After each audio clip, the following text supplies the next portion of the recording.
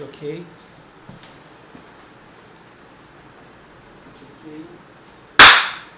Fala pessoal, estamos começando aqui um novo quadro, o JackCast, um espaço para a gente conversar, gerar ideias, reflexões sobre o nosso município e trazer conhecimentos, né? Por exemplo, estamos aqui com dois convidados, que é o professor Chico, lá da Universidade Federal do Sul da Bahia, e o Gabriel Jack, que é o nosso candidato a vereador. Fala galera, tudo bom? Boa noite, eu sou o Gabriel, todo mundo, né?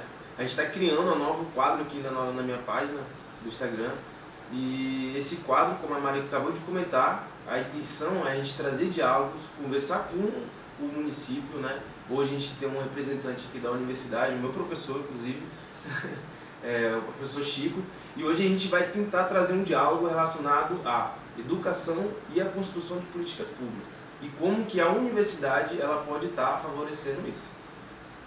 Obrigado. Apresenta aí pra gente um pouco. Bom, eu sou Francisco, sou professor da UFSB aqui em Porto Seguro, professor do Jack, um aluno difícil, muito chato, muito combativo, gostava muito de discutir, trazer as pautas ambientais, a gente discutindo estágio, educação, ele trazia essas pautas, muito maneiro de você dando esse voo aí importante na construção da sua comunidade, construção da sua cidade, dá um orgulho muito bom para mim como professor.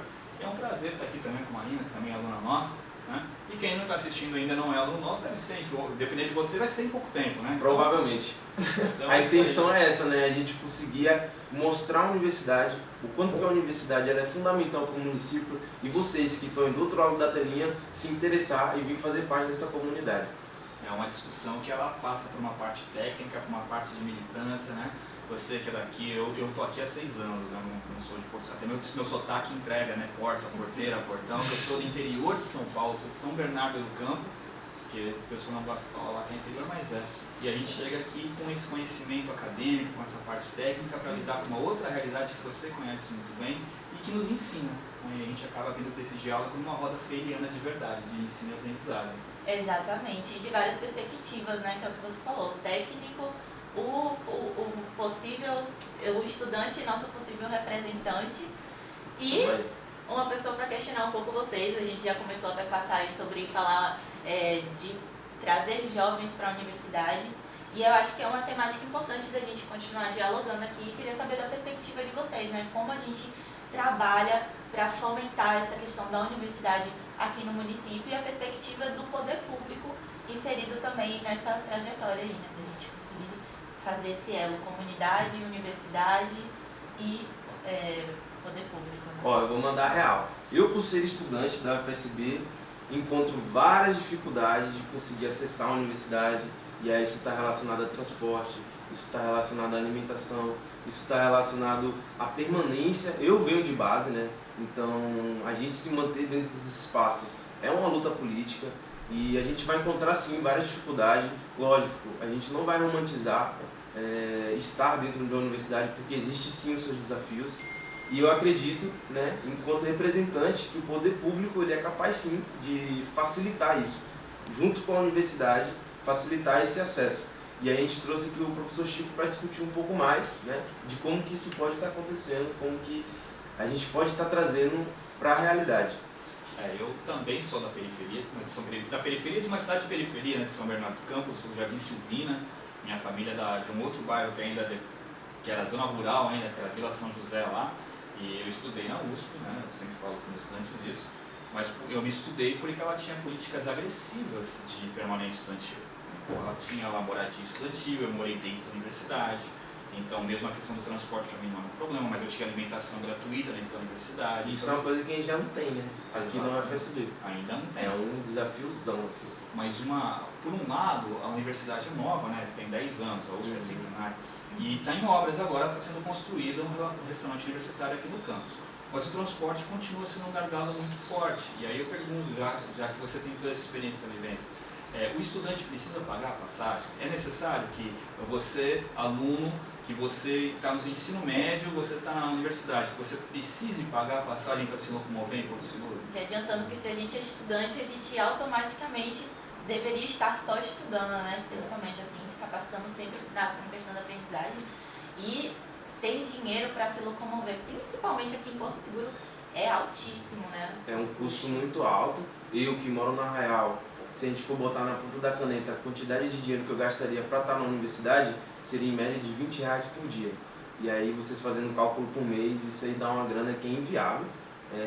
Não só pensar no transporte, você tem que pensar também na alimentação. Então, como que você banca um transporte caro, precarizado, que não te atende, porque assim, a gente vai esperar um ônibus de linha para chegar na universidade, você passa em média de 3 horas, você chega atrasado, você não tem um transporte de qualidade, você passa perigo, e isso vai automaticamente dificultar a sua aprendizagem, ou seja, a gente não consegue ter uma formação com qualidade porque o transporte ele não é de qualidade, uma coisa está altamente atrelada à outra.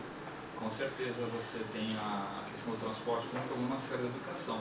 Então, mesmo que seja disponibilizado um ônibus escolar para fazer a linha do centro até o campus, um ônibus escolar que faça a linha dos bairros até o campus, dentro dos bairros ele não faz as mesmas rotas de uma linha comercial, ele nem entra dentro dos bairros direto. Sim. E esses ônibus, a responsabilidade deles seria o transporte das crianças do ensino fundamental, eles são ônibus emprestados, então eles nunca vão cumprir a nossa demanda, até porque se a gente quer fazer uma universidade realmente uma educação transformadora, nós queremos que a juventude da periferia venha estudar. Sim. Isso significa que você não pode ter 10 alunos, 50 alunos, 100 alunos na universidade. Você tem que ter 1.000, 5.000, 10.000. Quantos jovens moram no Complexo Baianão? Quantos jovens moram no Vilas? Quantos jovens moram em Pindorama e por que eles não têm acesso à universidade? Muitos sequer conhecem que tem a universidade aqui, ou que há a perspectiva deles acessarem essa universidade, justamente por essas inúmeras dificuldades. O transporte é uma delas, outra é a questão da sobrevivência mesmo. Na nossa comunidade, a gente conversa com as pessoas e somos entusiastas de ficar, vamos, a gente precisa ocupar, a gente precisa estar na universidade. Gabriel, ele é da capoeira, assim, o pessoal da capoeira, assim, o pessoal que fica, não, vamos fazer e tal. Só que quando parte para a realidade, a gente também é realista. Porque falar assim, é fácil, é meio maravilhoso, não é. É muito difícil, justamente por essas questões de logística e de sobrevivência. A gente precisa se alimentar, a gente precisa de um teto, a gente precisa chegar na universidade.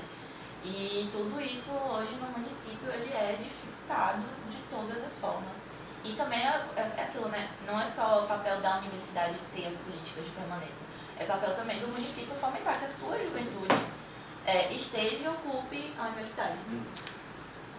Falando sobre isso, Gabriel é um dos que conseguiram, né, Gabi, tipo, de alguma forma ocupar esse espaço, tá lá, hoje tá aí estudando para licenciatura em Ciências da Natureza, né, também. Futuro professor já, galera. Esperem. E isso é muito legal, porque, eu sou, né, eu dou aula na licenciatura, os cursos que eu represento como decano são as licenciaturas interdisciplinares. Inclusive, eu sou orientado por esse cara, ele que me passa todas as orientações de como a gente está em sala de aula, desde o primeiro passo, né, de você estar ali aprendendo uma metodologia de ensino, como que você vai ensinar para uma criança, ou até mesmo para adolescente. A gente tem essa orientação, né, de um especialista na área da educação. Enfim, te cortei, mas pode continuar. Imagina. Bom, mas você sempre foi assim, você sempre colocou as coisas dentro das aulas, né? Então a gente queria preparar a aula, tá lá aquele xadrez certinho do que vai, mas aí o Jack tá na sala de aula, aí você sabe que eu lhe pergunto, aí ele vai começar a falar dos rios, ele vai falar das construções, das moradias, do saneamento básico, ele vai começar a trazer tudo isso, né? Mas se não fosse essas suas interrupções também, aquele plano de alfabetização de adultos que a gente começou a construir, que foi interrompido, né, pela pandemia e tal, ele nunca teria surgido, porque é dessas discussões que a moça levantou no meio da aula e falou: professor, você está falando de Paulo Freire, mas meu pai é analfabeto, e aí, o que a gente vai fazer? Sim. Então é muito importante, né, ter esse perfil que você traz, assim, combativo, que não é um combativo de agressivo, é um combativo de que ele sempre trouxe o questionamento. Eu acho que isso faz parte da aprendizagem, cara. Falando em questionamento, eu acho que é importante a gente também pensar para além da universidade, né? Pensar a universidade dentro do processo, por exemplo, de educação básica, porque você está falando sobre a questão do alfabetização para adultos, mas tudo também começa na base, né? Então, como que a gente trabalha, uma das discussões que vem sendo feita é a questão de aumentar a educação integral, né, nas escolas. Isso, as escolas de tempo integral. E isso também a universidade pode ser uma grande aliada, né? E enfim, queria perguntar para vocês, das duas perspectivas, tanto do professor Chico de saber quais os benefícios, né, da gente ter uma educação integralizada fomentada no município e como a gente pode fazer isso, né? Quais são os passos? Olha, eu vou responder primeiro então, para atropelar, porque eu vou passar a bola, porque eu tenho um posicionamento claro. Eu gosto de ver professores sendo formados, eu gosto de pensar numa cidade de professores. E o Gabriel sendo estudante de licenciatura, ele se formando, né, para ser professor, e entrando agora nessa nova estrada, nós teríamos um professor, temos outros, mas já temos aí um professor a mais dentro da Câmara de Vereadores. Né? E dentro desse ponto de partida, é possível pensar, como já é pensado, por exemplo, pelo programa do governo federal, que está sendo implementado agora em Porto Seguro, das escolas de tempo integral, que vai atingir ali 800 e poucos estudantes. Mas nós precisamos de políticas locais que disseminem, que aumentem mais o número de estudantes que passem o dia inteiro na escola. A gente tem que pensar nisso. Cara, uma das formas também que eu acho muito interessante é porque assim, aqui no município a gente já tem vários movimentos acontecendo. Eu mesmo faço parte de um coletivo jovem em que abraça essa questão da educação ambiental. Tem a galera do movimento do hip hop. E trazendo essa perspectiva do ensino integralizado, das escolas integrais, a gente aproximar também essa comunidade que estão ali já fazendo, já articulando essas ações e também trazer como forma de oficina, né? Como um contraturno. Sim, oficinas nos contraturnos, elas podem deixar com que a criança troque a ideia de uma escola por uma obrigação para fazer aquilo que a gente imagina que seja ideal, que é uma escola por diversão, uma escola por prazer, que você vai e você sente satisfação de brincar. Porque aprender é bom, aprender é sobre aprender e isso tem que estar inserido dentro do processo de formação cidadã, né? Que é isso que a escola ela deveria preparar. Hoje eu estava pesquisando antes de a gente conversar um pouco, que é diferente a educação integralizada da educação em tempo integral, né? Não é ficar muito tempo na escola, mas mantendo a mesma forma de se ensinar, massiva. E aí não traz essa questão de dinamizar, porque o Gabriel traz a questão da educação ambiental, eu faço engenharia sanitária e ambiental. E aí eu penso, é coisas que a gente discute muito, né? Por que a gente não aprende a fazer o processo de reciclagem, de compostagem, e afins, né, de ir ter esse contato com a natureza, ou com a capoeira, ou como que isso... E aí eu te faço essa pergunta também, né, como que você, dentro de todas as suas perspectivas, se colocando enquanto representante, querer trazer isso para a sua comunidade, para o seu município, a questão de inovar, né, na educação. Cara, eu acredito que quando a gente pensa numa escola, é que nem o Chico falou, né, a gente tem que pensar num ambiente saudável, num ambiente onde que você sinta o prazer de estar estudando. E isso, lógico, está totalmente relacionado com a gestão do município. O município ele precisa trazer essas boas expectativas para a área da educação. A universidade está aí para trazer também o contexto técnico de como introduzir uma metodologia em que ela vai te possibilitar brincar, conhecer novos horizontes de uma forma transdisciplinar. A gente tem que pensar que a própria educação, né?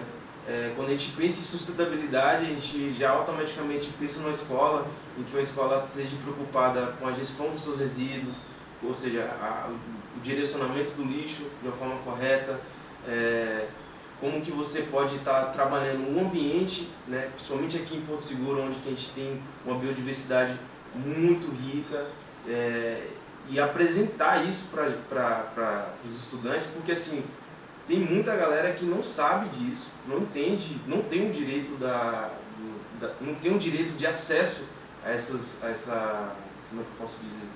A esses ambientes naturais, o seu próprio território. Vamos supor que você vai numa escola de ensino fundamental, pergunta qual foi a criança que teve acesso ao Recife de Fora, ou foi até o Parque do Pau-Brasil, ou teve uma dinâmica de ensino de uma forma totalmente fora da escola, fora dos muros. Eu acho que a gente trazer uma nova visão para a educação, automaticamente a gente vai conseguir direcionar a sociedade para um bem viver maior. Eu acredito que se você pensa e estrutura uma educação de qualidade, que dê acesso, que dê acessibilidade, que seja agradável, a gente consegue construir um município totalmente favorável, né? Eu acho que